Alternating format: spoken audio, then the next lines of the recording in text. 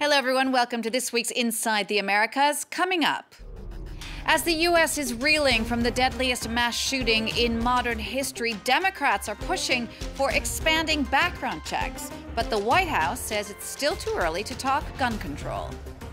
Donald Trump visited Las Vegas this week just after his trip to the devastated U.S. island of Puerto Rico. Reaction there to the president's visit on the way.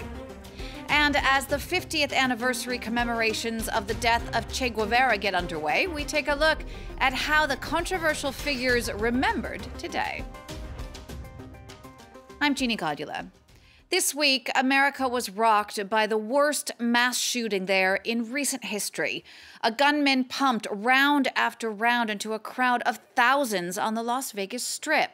They had gathered for the last day of an outdoor country music festival, but it ended with at least 58 people killed and over 500 wounded. That massacre in Las Vegas has renewed debate on gun control in the United States. Democrats have asked Congress to pass legislation that would expand background checks for gun purchases and make it more difficult to purchase semi-automatic weapons. And yet the White House says it is too early to start discussing legislative solutions.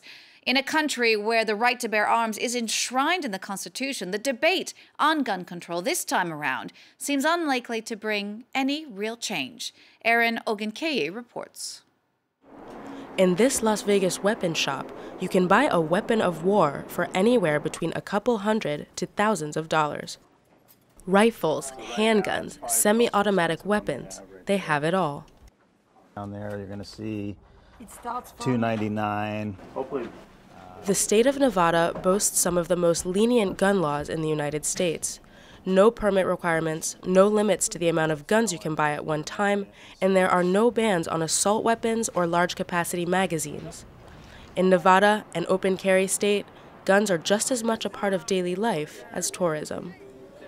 Coincidentally, members of Congress were set to vote on a law that would have made it easier to purchase gun silencers.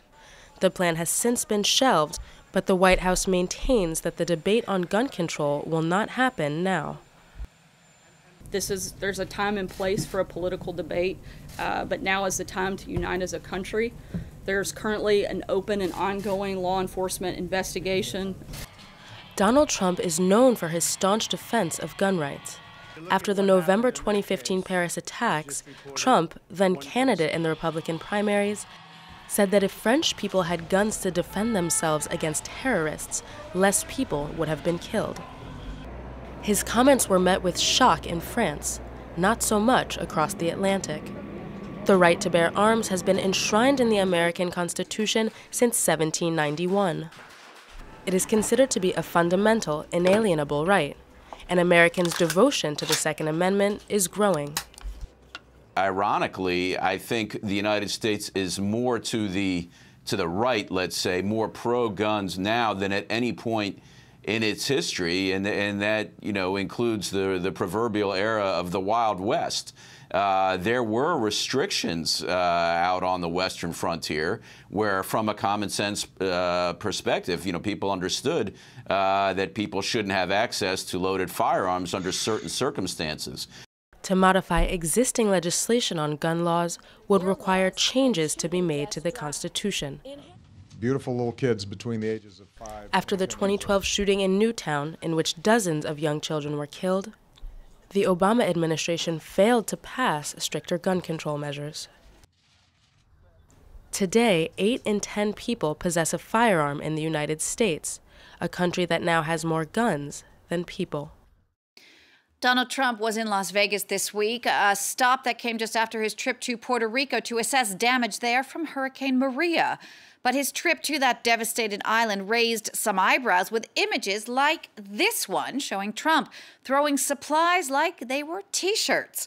The U.S. president also congratulated Puerto Ricans for avoiding a high death toll like a, quote, real catastrophe like Katrina, as he said. The number of those killed linked to Hurricane Maria has now been revised up to 34 dead. And nearly 2 weeks after the storm, 95% of electricity customers are still without power, including some hospitals. Our correspondent Gallagher Fenwick has more now from Puerto Rico on how locals reacted to Trump's visit. Some of Puerto Rico's poorest residents offer no comment on Donald Trump's visit for one simple reason: they did not have the means to follow it. We don't have electricity, no running water.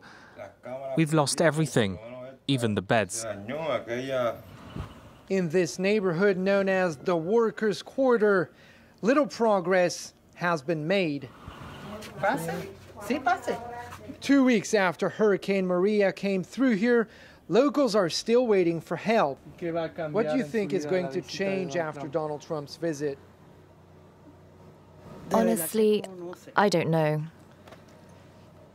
Right now, there is a tiny little bit of rain falling, barely a drizzle, but locals out here tell us that the consequences of this can be disastrous for some of the hardest hit folks in this area. In some cases, roofs were blown off and have yet to be replaced, leaving those below completely exposed to the elements. Living without a roof is very hard. I wouldn't want anyone to go through this. But at least I'm an adult. There are children who don't have a roof, and that is very worrying.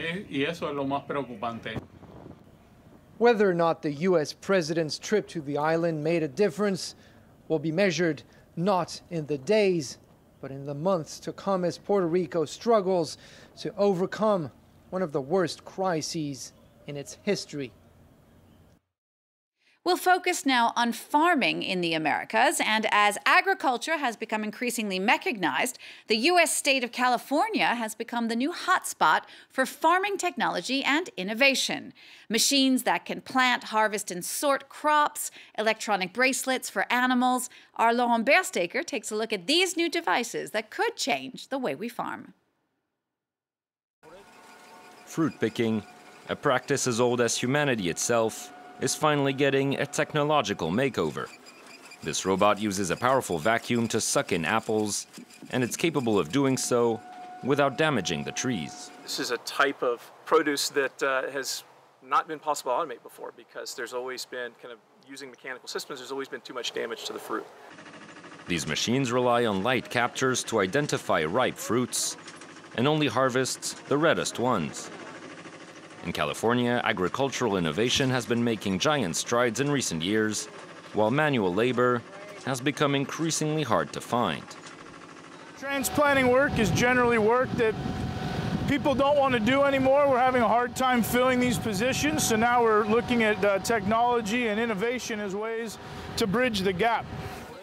The 2008 financial crisis and a crackdown on illegal immigration saw a decline in cheap labor in the U.S., and at $10.50 an hour, California boasts one of the highest minimum wages in the country. Yet employees on this farm aren't worried about the future. No, I'm not scared to lose my job. It's true that we need fewer people with these machines, but a lot of them still require workers to function. Only 3 people are required to operate this tractor, which can plant up to 65,000 salad crops an hour. A few years ago, 32 employees would have been needed to plant only 20,000. With almost $3.5 billion invested this past year, agricultural innovation in California has led to new methods of growing and harvesting crops, but also of herding cattle. These cows are now equipped with electronic necklaces, which monitor their movements, energy levels, and amount of grass eaten. This dot right here, the purple decal, and we are going to be able to create a move. We move our cows daily. We can calculate what the impact on the soil is per acre to be able to monitor and manage our land to be able to regenerate our soil properly. Irrigation drones, driverless tractors, machines that can remove weeds without harming crops. In California, the Green Revolution is already underway. It's time now for our number of the week, 50. 50 years ago, one of the most controversial historical figures of all time, Che Guevara, died. The icon of Marxist rebellion led multiple guerrilla campaigns against U.S.-backed governments. And as commemorations are being planned to mark the date, our Alexander Okut takes a look at how Che is remembered. Whether he's seen as a rock star revolutionary or a cold-blooded killer, one thing is certain. This striking image of Ernesto Che Guevara remains one of the most iconic portraits of the 20th century. Juan Martin Guevara went as far as to write that one day his brother's image will be as well known as that of Jesus. A friend told me after reading this, you went too far because Christ's images are much better known. And I said, of course, but Christ was murdered 2,000 years ago and Che was murdered 50 years ago. So obviously there is something that makes this grow bigger and bigger. In Cuba, schoolchildren still begin their day with a raised fist salute and a chant, "Pioneers for communism, we will be like Che." And for some, those words have added meaning. Every year, the first boy born in Santa Clara on Guevara's birthday, June the 14th, has been named Ernesto in his honor. One of them says carrying the famous name is both a blessing and a curse. Trying to be like him is very difficult. He was an extraordinary man. On the one side, it can be a burden to try and live up to the name, but on the other, I'm proud of it. Tributes to Guevara are set to be held for the first time in Bolivia, where he was killed half a century ago, while the Cuban president, Raul Castro, who fought alongside him, will lead deeply personal commemorations in Santa Clara. But while Che Guevara's face is instantly recognizable around the world, more information about the man and his anti-capitalist views is less well known. It is ironic that for some his face has become nothing more than a logo, not used for political revolution, but rather to sell T-shirts and trinkets. We'll leave you with that. Thank you so much for watching Inside the Americas. We'll see you again next week for all the news from north to south.